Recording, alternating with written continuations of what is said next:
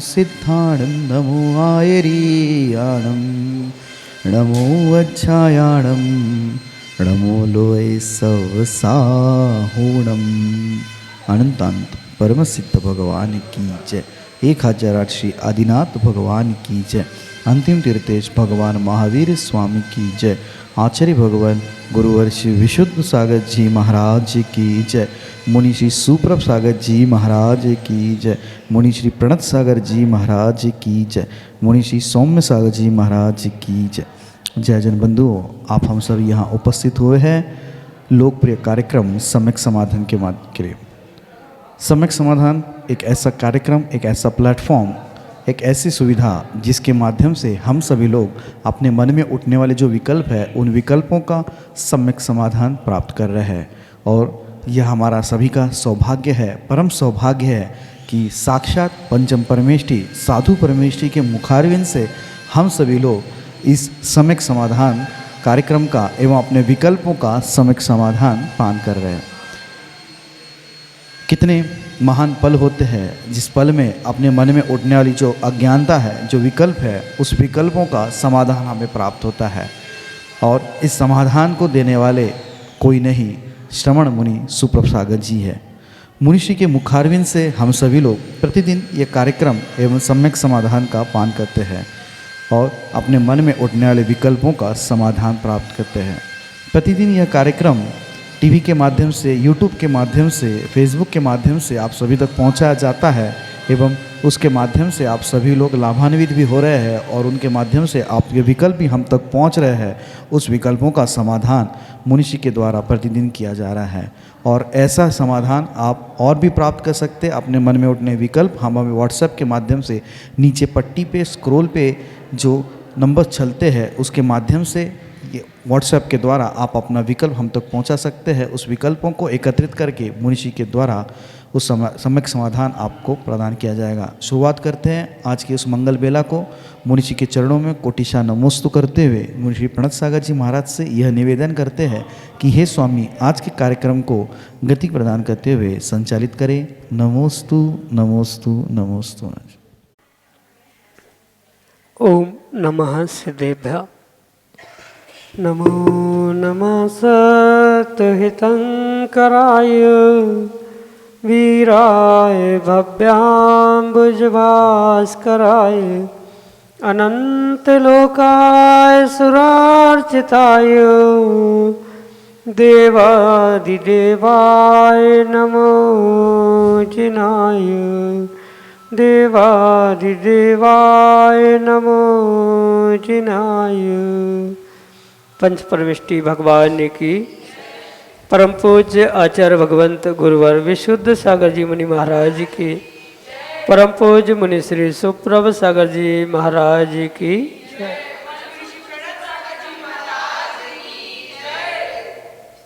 अनंत विकल्प अनंत संसार, एक विकल्प सुख का आधार। ऐसे आत्म सुख की प्राप्ति की वह अनूठी विधा समीचीन विकल्पों का सम्यक समाधान, जो कि हम सभी प्रतिदिन परम पूज्य आचार्य भगवंत गुरुवर विशुद्ध सागर जी महाराज के मंगल सुभाषित से, परम पूज्य मुनि श्री सुप्रभ सागर जी महाराज के मुखारविंद से आगम के परिप्रेक्ष्य में प्राप्त करते हैं। प्रारंभ करते हैं आज का सम्यक समाधान। और आज के पहले विकल्प के लिए अंकित जैन साहेबपुर मध्य प्रदेश से महाराज श्री के चरणों में बारंबार नमोस्तु निवेदित करते हुए अपना समीचीन विकल्प रख रहे हैं कि महाराज जी, जब सब कुछ पूर्व पुण्य और पाप का खेल है तो अभी वर्तमान का पुण्य और पाप का क्या योगदान होता है हमारे जीवन में। हमारे समीचीन विकल्प का सम्यक समाधान करने की अनुकंपा करें। नमोस्तु महाराज जी, नमोस्तु। ओम नमः सिद्धम। परम पूज्य आचार्य भगवान गुरुवर विशुद्ध सागर जी महाराज की, परम पूज्य मुनि श्री सुप्रभ सागर जी महाराज की जय। क्या करना? संसारी जीव के साथ जो कुछ भी कार्य होता है वह नियम से कर्मों के निमित्त से ही हुआ करता है, पर ये जरूरी नहीं है जो कर्म के उदय से जीव के साथ पुण्य पाप घटित होता है वह सर्वथा पिछली पर्याय के ही पुण्य पाप के निमित्त से होता है।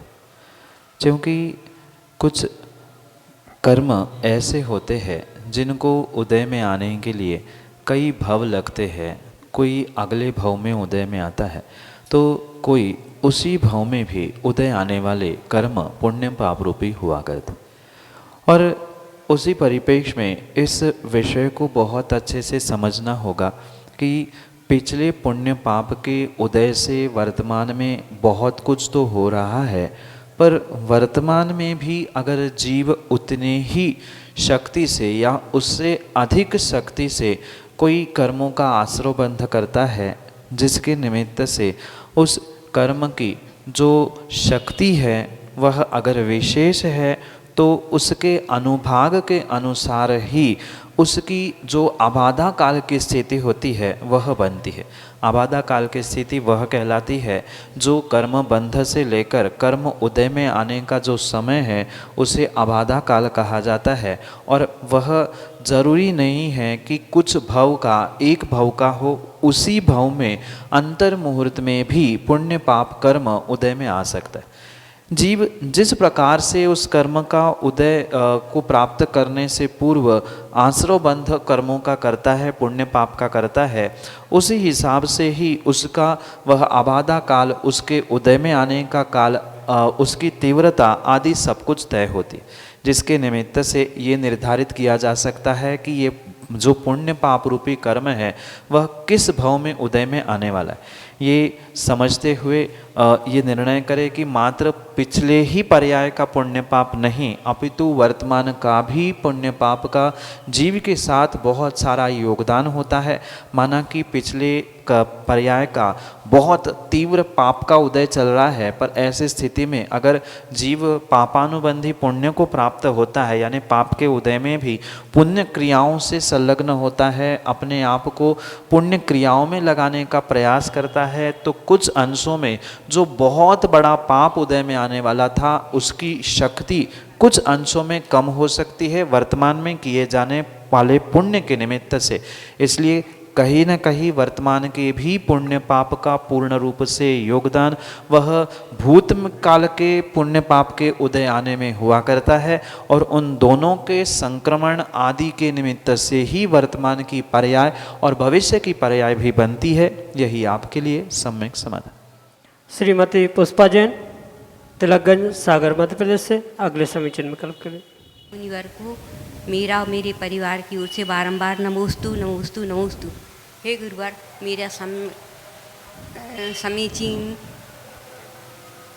प्रश्न ये है कि जब हम पूजा करने बैठते हैं और अगर कोई समाचार हमें मिल जाता है सूतक वाला, तो हमें क्या करना चाहिए? पूजा में तुरंत खड़े हो जाना चाहिए छोड़ के, या फिर पूजा पूरी कर लेना चाहिए? कृपया समीचीन समाधान दें। नमोस्तु गुरुदेव। पूजा करते समय अगर कोई सूतक पातक की सूचना प्राप्त होती है तो ऐसे परिस्थिति में श्रावक को विवेक पूर्वक अपनी क्रियाओं को क्रियान्वित करने की आवश्यकता। अगर आप अविवेक से वह थाली, ग्रंथ, पुस्तक वही वैसे ही छोड़ के चले जाओगे तो नियम से उसकी और भी विनय होती तो वह अविनय में बदल सकती है।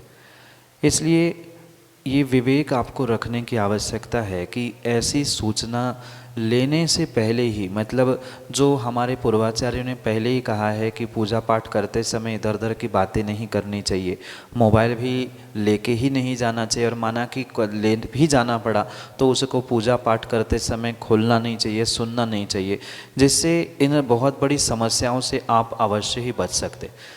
कदाचित किसी अनावश्यक निमित्त से या बिना बात किए भी आपके कानों में ये चर्चा पहुंच गई, सूतक पातक लग गया है, तो ऐसे स्थिति में भले ही आप जिनवाणी को स्पर्श ना करें और दूसरा कोई व्यक्ति वहाँ उपलब्ध है तो उससे जिनवाणी को बंद करें, पर आप अपने पूजन का विसर्जन तो कम से कम बिना उस सभी सामग्री को या जिनवाणी आदि को स्पर्श करते हुए करना ही आवश्यक है, क्योंकि आधी पूजा छोड़ना ये भी उचित नहीं है।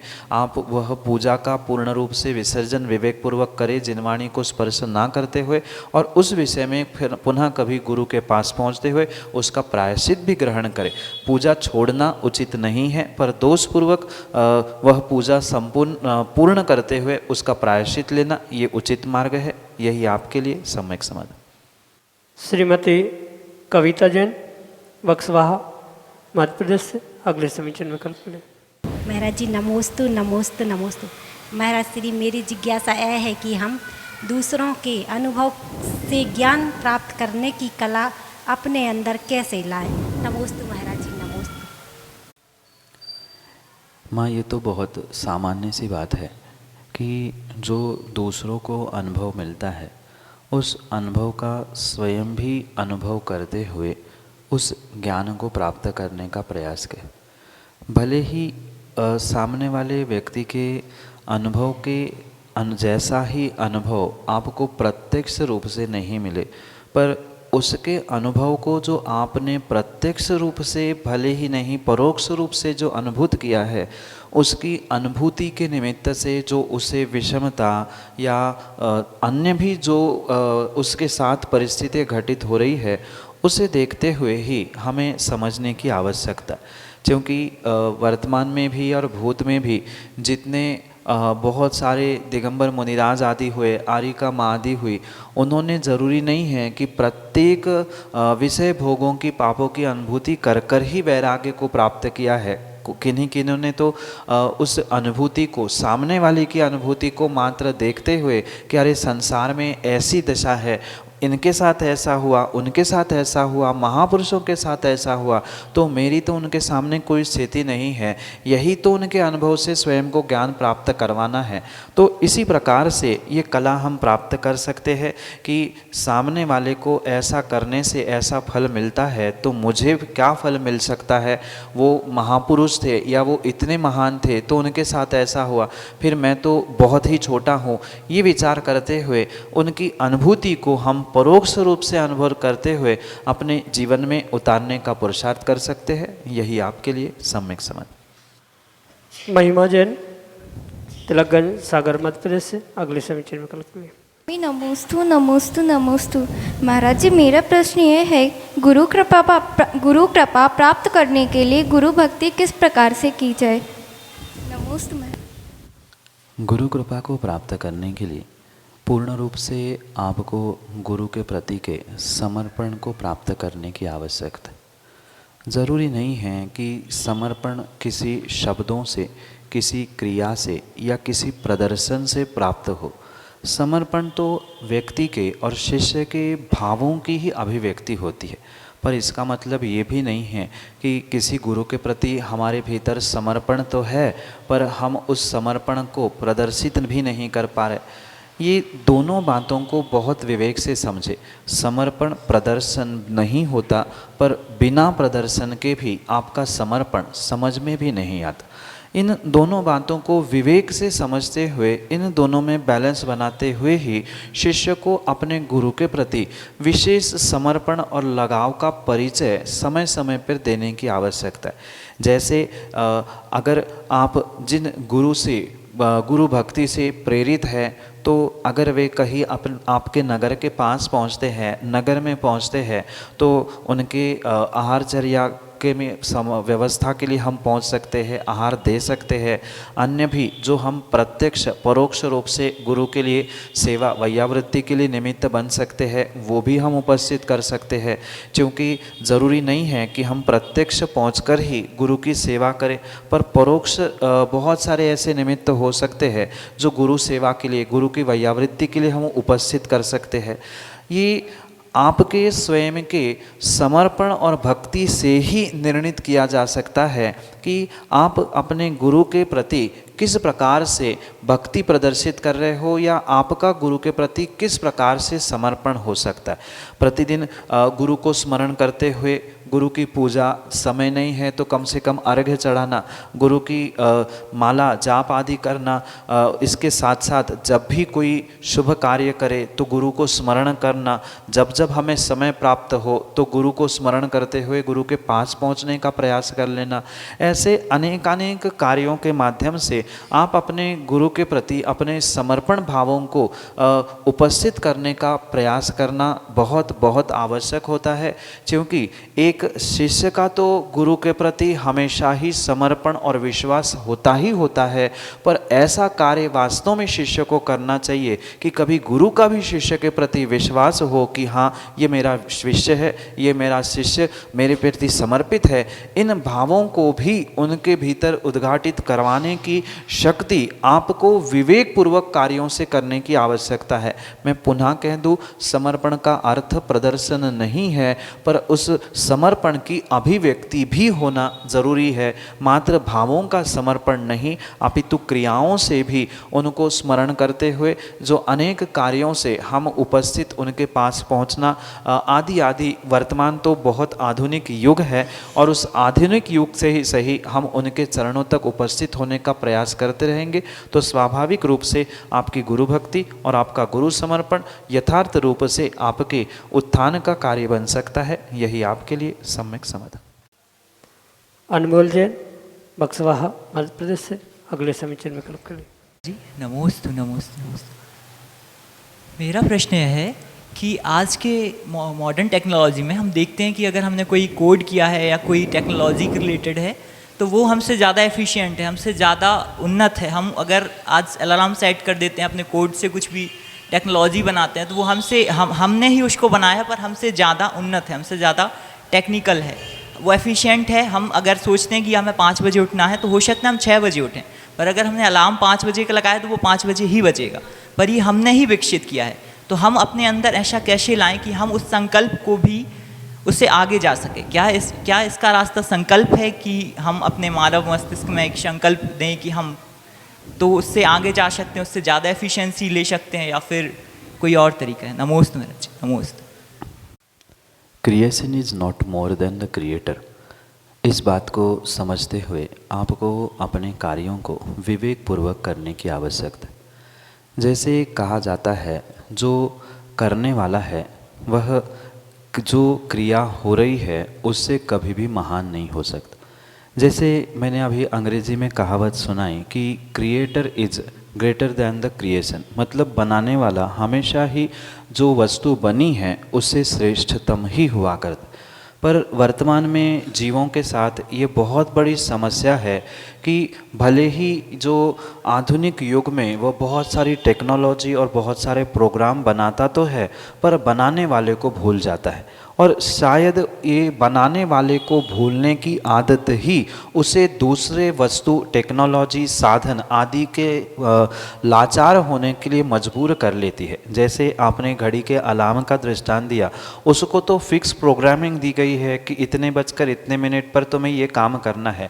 उसके पास कोई सिक्स्थ सेंस या कोई मेंटल सेंस नहीं है जिसके कारण से वो स्खलित हो सकता है। पर जो वर्तमान में इंसानों के पास लगभग देखने में आता है, उस मेंटल सेंस के कारण वह प्रमाद कर बैठता है, जिसका उसको एक लत सी लगी है। ठीक है, क्या होगा, 1 घंटे बाद उठ जाएंगे, पर उसको ये नहीं है कि हमें उठना है। उसे मात्र सूचना दी गई है और सूचना का पालन करना ये उस निर्जीव टेक्नोलॉजी वस्तु का प्रोग्राम दिया हुआ कार्य है। इसलिए वह अपने अपने कार्य में व्यवस्थित क्रियान्वित होते हुए देखने में आता है। पर ये समस्या जो मनुष्यों के साथ लगभग देखने में आती है कि व्यक्ति सोचता कुछ है, करता कुछ है, उसके दिमाग में प्रोग्रामिंग कुछ और चलती है और रिजल्ट कुछ और ही आता है। उसके पीछे का मात्र और मात्र कारण उसका मन और उसके भीतर बैठा हुआ वो मोहनीय कर्म है।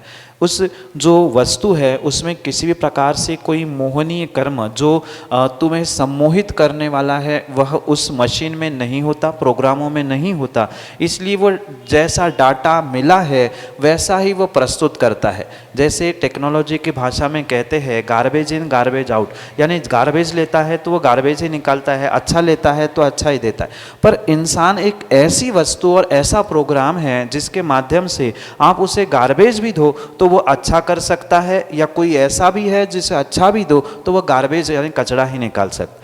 ये पूर्ण रूप से व्यक्ति की अंदरूनी जो एक टेक्नोलॉजी है, भले ही उसे व्यक्ति आज कोई टेक्नोलॉजी या प्रोग्रामिंग समझ पाए नहीं समझ पाए, पर वास्तविकता में वह जो टेक्नोलॉजी मोह के कारण से संचालित हो रही है या मनुष्यों के निमित्त से मन के कारण जो संचालित हो रही है, उसी के निमित्त से ये विपरीतता देखने में आ रही है। और ये पक्का है कि अगर व्यक्ति मन का संकल्प, मन का निर्धार आत्मविश्वास के साथ करे तो वह नियम से काम होता है। जैसे कई बार आपने देखा होगा कि कई दिनों से, कई घंटों से आपने ये सोच के अपने मन को प्रोग्राम दे के रखा है कि हमें 5 बजे की ट्रेन पकड़ना है, तो शायद आपने देखा होगा कि 2 बजे से आपकी नींद खुलती है।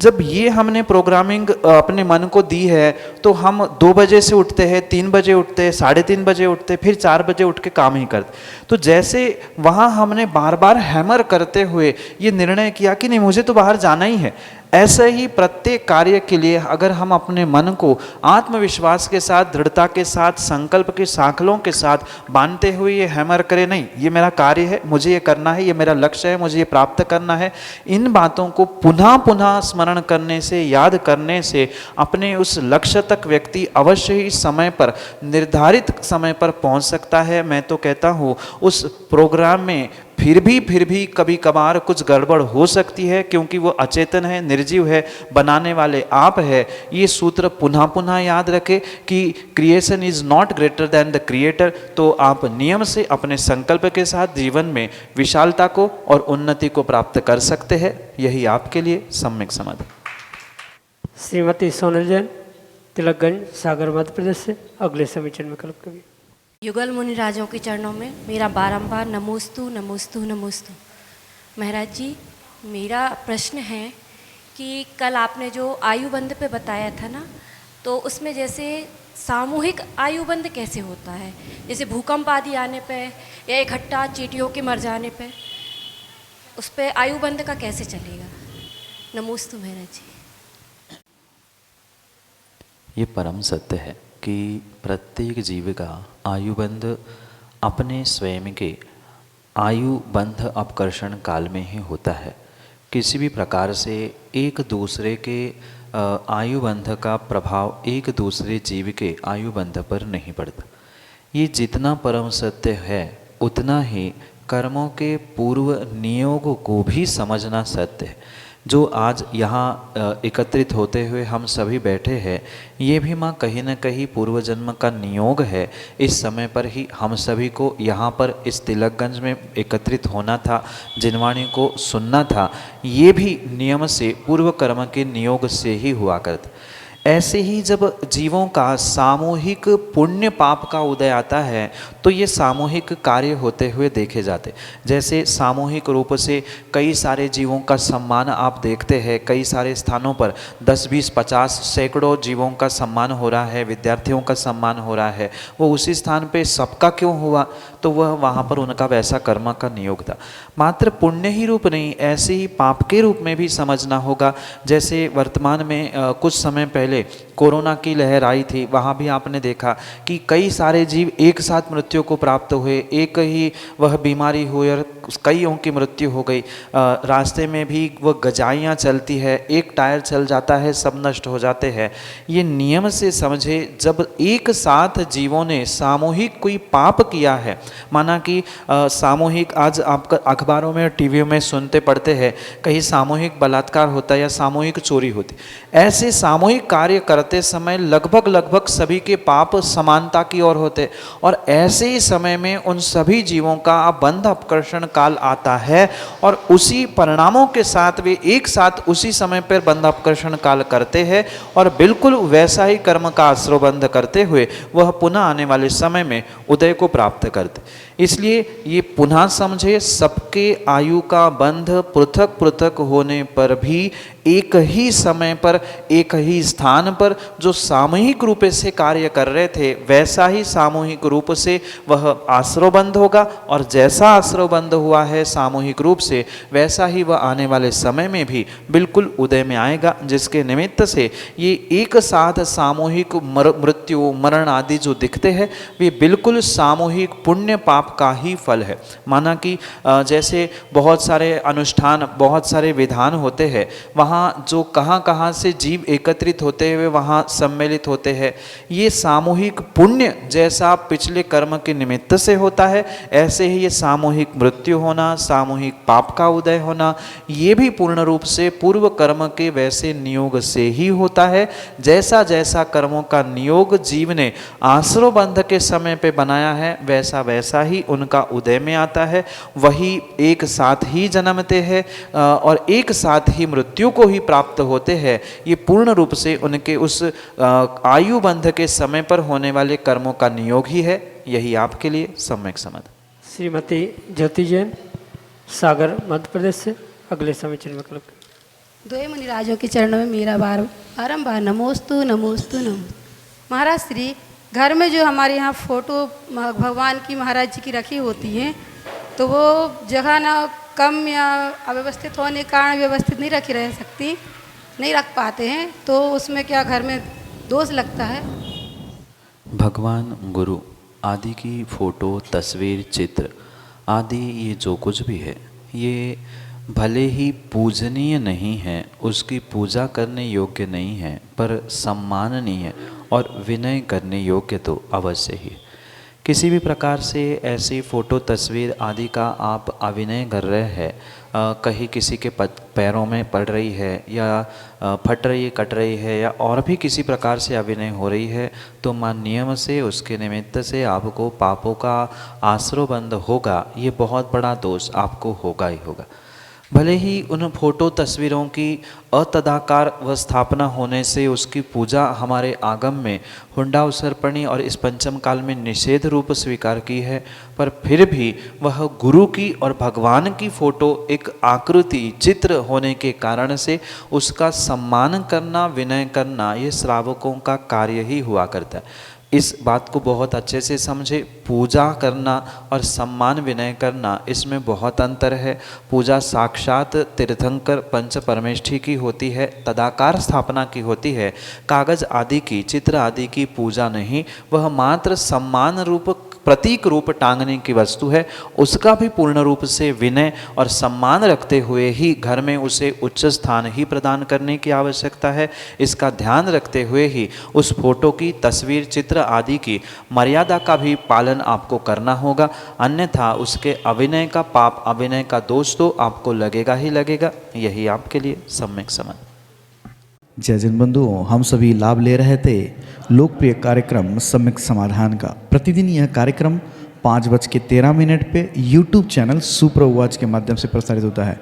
मुनिषी सुप्रभ सागर जी का नाम सुप्रभ, वाणी का पर्यायवाची नाम उवाच, सुप्रभ उवाच, यस YouTube चैनल के माध्यम से मुनिषी के प्रवचन एवं ये सम्यक समाधान प्रतिदिन प्रसारित होता है। आप सभी लोग चैनल को सब्सक्राइब करें एवं बेल आइकन को जरूर दबाएं, ताकि नोटिफिकेशन के द्वारा आप सब चीज़ों को अप टू डेट रह सकते हो।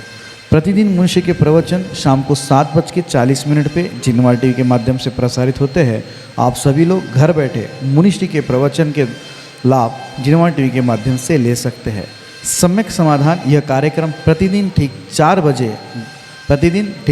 बजे अपने आदिना टीवी चैनल के माध्यम से प्रसारित होता है। एक नया टीवी चैनल, आदिना टीवी चैनल, जिसके माध्यम से यह सम्यक समाधान का प्रसारण ठीक 4 बजे होता है। आप सभी लोग घर बैठे टीवी के माध्यम से भी इस कार्यक्रम का लाभ लेते हुए अपने मन में उठने वाले विकल्पों का सम्यक समाधान प्राप्त कर सकते हैं। 8707548811 यह हमारा व्हाट्सएप का नंबर है। आप इस व्हाट्सएप के नंबर पे अपने विकल्प भेज सकते हैं एवं इस विकल्पों को एकत्रित करके मुनिषी तक पहुंचाया जाएगा और मुनिषी के मुखारविंद से हम सभी लोग उसका सम्यक समाधान प्राप्त करेंगे। अगर आप व्हाट्सएप से टाइप नहीं कर सकते हो तो एक कागज़ पेन पे अपना नाम, अपने शहर का नाम, अपना विकल्प लिख के उसकी फ़ोटो खींच के आप हमें व्हाट्सएप कर सकते हैं एवं उस फ़ोटो को व्हाट्सएप के द्वारा हम तक पहुंचा दें एवं उसके माध्यम से आप अपने विकल्प हम तक पहुंचा सकते हो। samyak.samadhan@gmail.com यह हमारी ईमेल की आईडी है। अगर आप ईमेल के माध्यम से आप अपने विकल्प भेजना चाहते हो, अपने ईमेल के माध्यम से अगर आप ज़्यादा उसको अपने विकल्पों को हम तक पहुंचाना चाहते हो, तो हम अपने विकल्पों को आप जीमेल के माध्यम से समाधान@gmail.com इसके माध्यम से आप आपके विकल्प हमारे तक पहुंचा सकते हो। प्रतिदिन मुनीषी के प्रवचन 2:30 पे आदिनाथ टीवी चैनल के माध्यम से भी प्रसारित होते हैं। आप सभी लोग आदिनाथ टीवी चैनल के माध्यम से भी मुनीषी के प्रवचन का लाभ ले सकते हैं। आज के लिए इतना ही। ऐसे ही नाविन्यपूर्ण विकल्पों के साथ हम आप तक पहुंचते रहेंगे। तब तक आप देखते रहे सुप्रभुवाच। आप सभी को जय जिनेंद्र मुनीषी के चरणों में कोटिशा नमोस्तु नमोस्तु नमोस्तु।